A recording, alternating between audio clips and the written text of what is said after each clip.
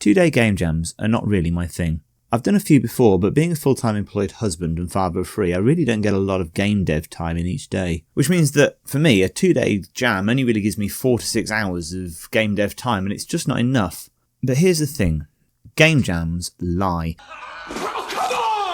You don't ever get 2 days to make a game, because unless you're insane, you have to sleep and eat and go to the bathroom. So really, your 48 hours of time is actually more like 24 if you're hardcore, or more realistically, 16. But 16 hours is still a lot more than 6. So if I want to participate in any 2-day jam, I need to cheat.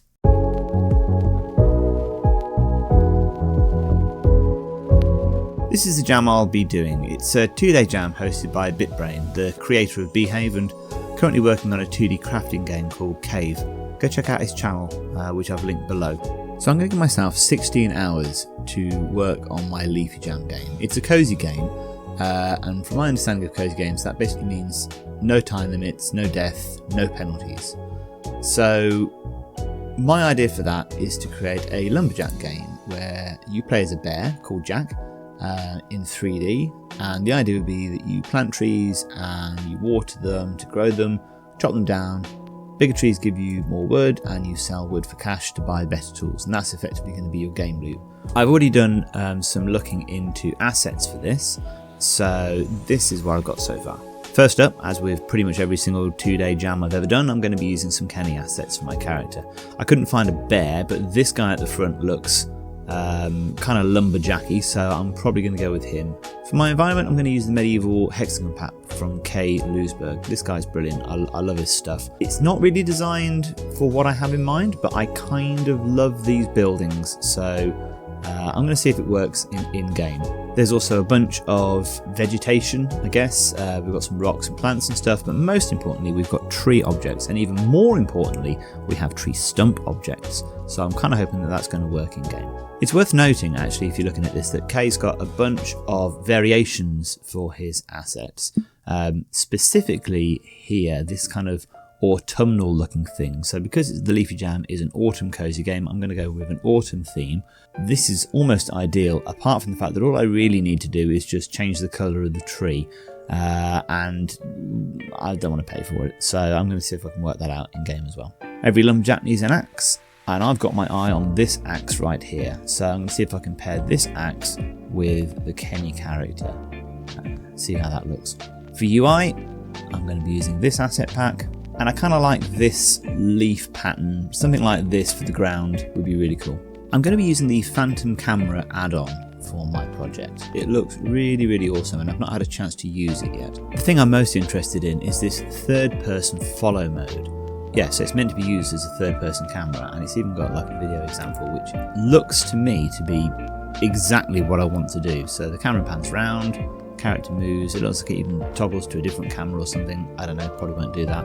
But yeah, this movement thing looks about right. Well, wouldn't you know it, it's actually got the whole thing added in as a demo scene. So yeah, that whole video that we just looked at is actually this scene right now, and it's got all the scripts and so forth to set it up and work with it. So yeah, gonna see if I can get that in now.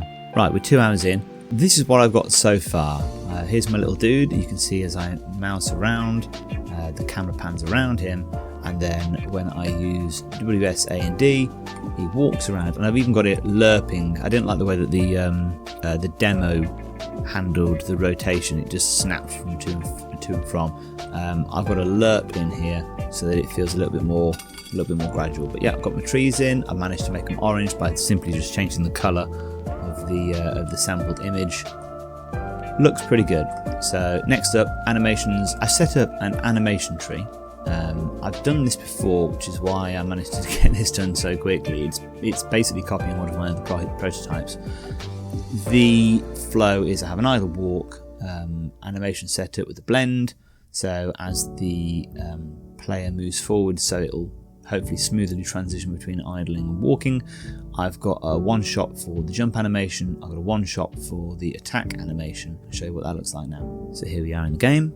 As I walk around, he walks. If I jump, he jumps, and if I click, I've got my attack animation. Obviously he's not got an axe yet, but hopefully that's not too difficult to set up. So I've extended my character model to have an additional bone attachment. I've got a marker 3D, basically where his hand is. I've now got my axe added onto that and rotated around. Kind of works. And I've even added a hitbox to the end of the axe with a collision shape on it, which I think is a bit too big at the moment, but you know, we'll fine tune that later. And now when I'm in the game, I can walk up to a tree and I can hit it a few times and the tree goes away. Look at that. So yeah, 3 hours in now at this point in time.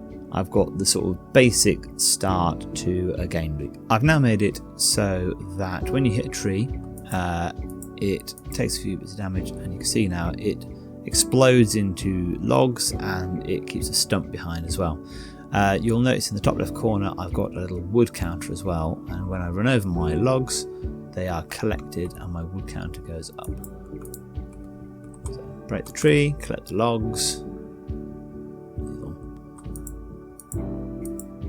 Quite pleased with the fact I've managed to get it so that it adds a little bit of force to the rigid bodies and just sort of throws them away from the player each time. It's kind of cool.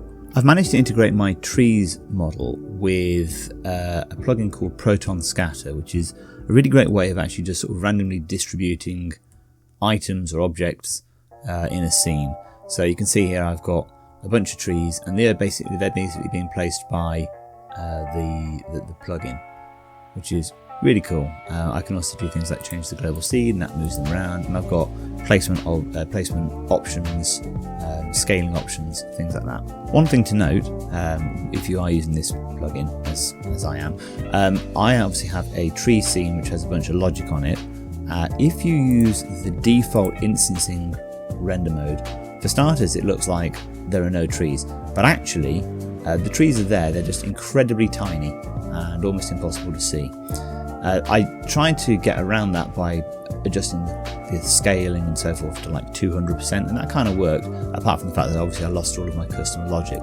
If you swap it to create copies instead, then you can see it places them correctly and you don't need to faff about with any of the scaling options. So in game it looks like this.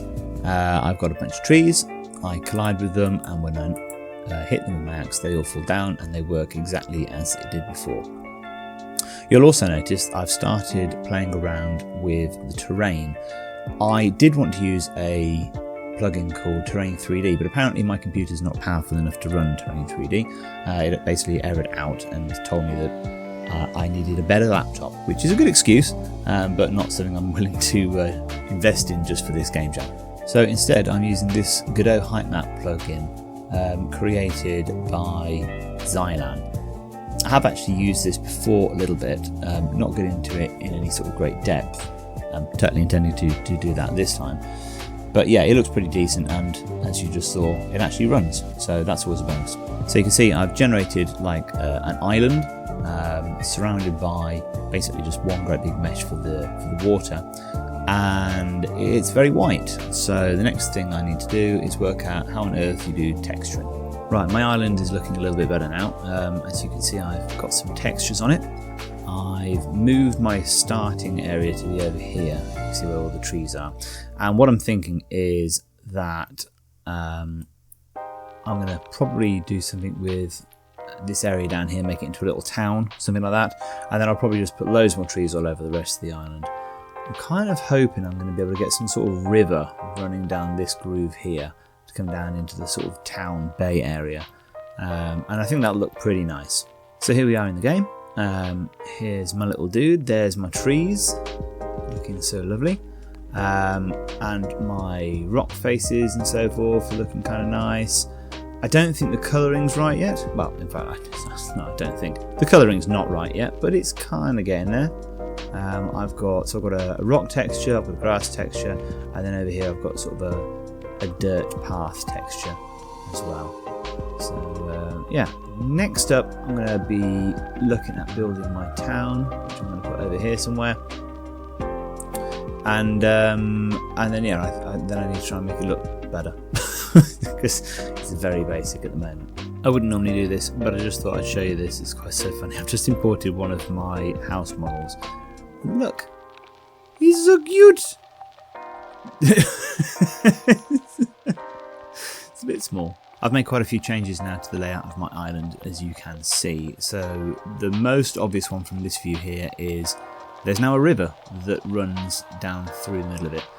It's not quite as nice as I'd like it to be, but it's okay, it'll do for now. And also there's some weirdness going up at the top that I'm trying to sort out. I'll show you that in a moment. The other changes made are in the town area. There now is one. So you can see I've got a little town area with a tavern and a lumber mill. I'll show you that in game as well. I've got a water mill up here, which is going to do nothing apart from look pretty, and a bridge going across the river.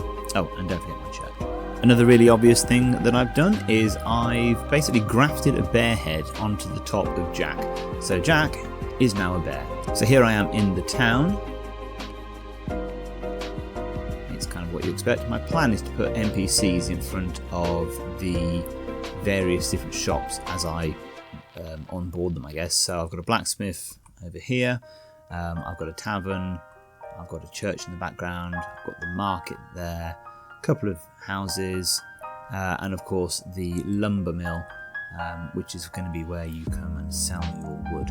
And of course up the river I have my lovely water mill. One thing I have added into the game, and I put it in mainly for debugging, but actually I might keep it in, is the ability to sprint. So basically now when you hold down shift, you basically you run like an absolute nutter, which is brilliant and hilarious. I might keep it in. I'm obviously going to tone it down a bit, but the funny thing about it is that the animation, I did nothing to it. It looks it just looks brilliant. So yeah, I'm probably going to keep it in some way, shape or form, but not quite like that. Next thing on the list is going to be sorting out some sort of energy system. So I'm going to work on that now. Right then, here we are. My energy system is done, and I've also added a gold system, or at least the foundations of it. It's not hooked up to anything yet. I've also changed some of the textures. Well, I've changed all of the textures, and added some fog, tweaked the colouring, so on and so forth. So now it looks a bit more autumnal. It also kind of looks a bit, I don't know, some sort of nuclear war fallout type thing, but whatever.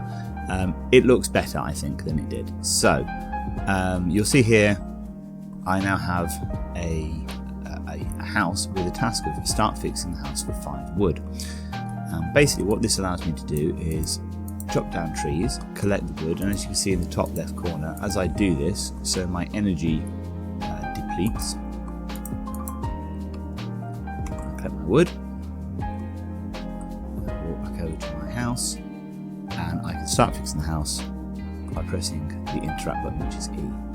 So that's my finish fixing the house is my next task for 12 wood. My energy is now at half, and when I sprint, you can see that my energy also decreases when I do that. So once I get less than 35 energy, or 30 energy I think it is, you can see my movement speed suddenly becomes a lot slower, and my sprinting becomes a lot slower too. When my energy becomes 0, I can no longer sprint. I'm pressing the sprint button, and now I can't sprint. So I'm very slow, I can't sprint. I can, however, still get wood. So now I've got my 12 wood, I can come back over here and I can finish fixing my house. And now I have the option to go to sleep and refresh my energy. Now you can see how it's already done that for me automatically. I think that's got something to do with the fact that I'm obviously pressing E at the point that the house spawns. Not entirely sure, but it's fine. I'm back up to full energy and I can run around again now, and then I can run back to my house and I can go back to sleep and refresh my energy. Obviously there needs to be some sort of animation and stuff on this.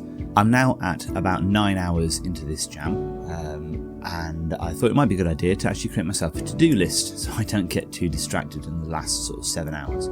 So you can see here, in progress rebuild house, I've done that now. I've reskinned the terrain, I'm fairly happy with the way that looks. So the next thing I need to be working on are the NPCs. Okay, it's 4 hours later. I am running out of time, but as you can see, I've actually got a fair amount done. The first thing that's most obvious should be the fact that there is music playing. I also have sounds, so when I walk up to a tree and I hit it, actually it comes from a tree. You can see here, I guess, there are now sounds for all of those interactions. When I head into town, you'll notice there are now NPCs standing in front of their various shops, and they allow me to do a variety of things. So Jill over here allows me to sell all of my wood, so you can see I've got 153 at the moment. When I sell that, that gets converted into gold. I can then go over to the smithy and upgrade my axe to level 2, and what that does is it decreases the amount of energy it takes for me to swing it. So I can upgrade and do that a few times, so I now have a much more improved axe. I've got the market seller over here. She allows me to buy food, so you can see I've got food in the bottom right corner now. It says 3 at the moment. When I buy more food, that increases. And at the top of the hill, I've got my Reverend stood outside the church, and she will give me a blessing for 50 gold. And what that will do, if you look at the top left corner, is I've got a little exclamation mark which shows you my tiredness level. So if I go here and I just swing my axe a few times, you can see it changes colour when I become tired. So my movement's now slower. When I receive a blessing, however, that moves my tiredness level, so I've now got more usable energy before I get tired, or get completely exhausted, I suppose. So I'm pretty happy with my NPCs. I think that they are now done. I've also sorted out the user interface. That's really good, like that. I'm happy with the music. In the game it's quite gentle and calm, so that will do over here. I might change it for the menu system, not entirely sure yet. There are some more sounds that I can implement, so I'm going to leave that there as in progress. The next thing I want to work on is a notification system, and I'm kind of hoping this is going to be easy, because my plan is to just rip it out of another game. A few moments later. Right, I've got a notification system built into the game now, so you can see here I've played it a little bit, I've lost a bit of my energy. If I now try and eat some food, I don't have enough food, and the little messages appear and they disappear. I've got it so that when you collect wood, then that obviously appears as well. And I've added some more sounds in, so you should be able to hear the sort of ambient wind noise now in the game, and the construction sounds, sleeping sound. So yeah, notification system done. I've got about 2 hours left of my jam. I'm at hour 14, and I said this was going to be done in 16 hours. I haven't been able to find a decent jump sound yet, so I'm just going to leave that there for the moment. I think the next thing that I realistically need to work on is the pause menu, so that I can actually quit the game, and the main menu, so that I can actually start the game. Once I've done those, I really need to stop the player from entering the sea. At the moment, if you actually go into the sea and keep going, you eventually fall off the edge of the world, and don't really want that, so we could do with stopping the player from doing that. I think, though, I'm not going to get to any of my cool ideas, certainly not in this time frame, but yeah, it's a bit of a shame, but realistically I just need to finish these things off and then be able to submit it to the jam. I've managed to be fairly productive in the last couple of hours. I've got the main menu working, as you can see here. It looks kind of cool, with a little prompt down the bottom right saying spaces to start a new game. You'll also notice I've got clouds working. I'll come back to that in a moment. But yeah, main menu screen, and it's basically just a camera on the map in a different location, and the player just doesn't exist in this particular scene, so it was really easy to set up actually. In game, I found a jump sound. It's not brilliant, but it kind of works roughly. So yeah, I've got a jump sound in there now. I've also got a pause menu, and you can see when I pause, it releases the mouse, so I can do stuff with it. I can continue, which obviously takes me straight back into the game, or I can quit, which takes me back to the main menu. And when I press escape on the main menu, it quits out the game. You'll notice I managed to add in way more trees. That was actually really easy to do. I just copy and pasted the scatter nodes that I had and just put them in a different place. So that was pretty straightforward. Got more trees up in this area as well. And the other thing I managed to sort out was the barrier around the island. If I just zoom out here, excuse the fog, you'll see that there is a collision object all the way around the whole island so the player can't, just wander off into the sea. So I mentioned the clouds that I have in the sky. They are basically a particle system, and I followed a really great YouTube tutorial for this. I'll drop the link in the description down below. But effectively what you're looking at is a bunch of particles. I think 30 particles is what I've got it set at, and they are moving ever so slightly, very, very, very slowly. They're just billboarded sprites. So if you look at it sort of top down, well, actually it still looks pretty good actually. You can kind of just about see that they are separate little puffs of cloud effectively, but when it's in the sky and they're high up, it's actually gives you a fairly nice effect. The other thing I've added is an end of day animation. So when you're at this point and you want to go to sleep, hitting E will fade you out, you get a little message, and then it fades back in again and you've got full energy. Which it was bugging me the fact it wasn't there, and it was such a simple thing to add in that I just did it. So I've done an export of the game. I have created my itch.io page and uploaded it, and as you can see it kind of works. There's a bit of a problem though. So can you see what the problem is? Apart from the fact that my laptop can't cope with recording this. There aren't any trees. It kind of makes a game about chopping down trees a little bit pointless, so I'm not sure what's going on with that. The actual exports for Windows and Linux work just fine. Well, certainly the Linux one does. I need to get someone to check out the Windows one for me. But yeah, the web export doesn't work. So there you have it, that is the game. I've managed to avoid the web export issue by simply not including web export. So at the start of this video, I asked the question, is 16 hours the same as 2 days? And I asked the question, am I cheating? And I think the answer is a little nuanced. So on one hand, you've got the actual amount of time that I had to do the development of the game. And I think that is the same, right? So 16 hours is the same as 2 days when you're actually working on something and developing it. I think the thing that's slightly more difficult to quantify is the headspace, right? So the time crunch. On a 2-day jam, you don't have very much time to think about things. You're very reactive. You work through things at a significant pace and you don't have time to think things over. Whereas by spreading it across many days, even though you're only doing 16 hours of actual development work, you're able to think about things when you're not working. And I don't know. The jury's out. I think this was a nice experiment.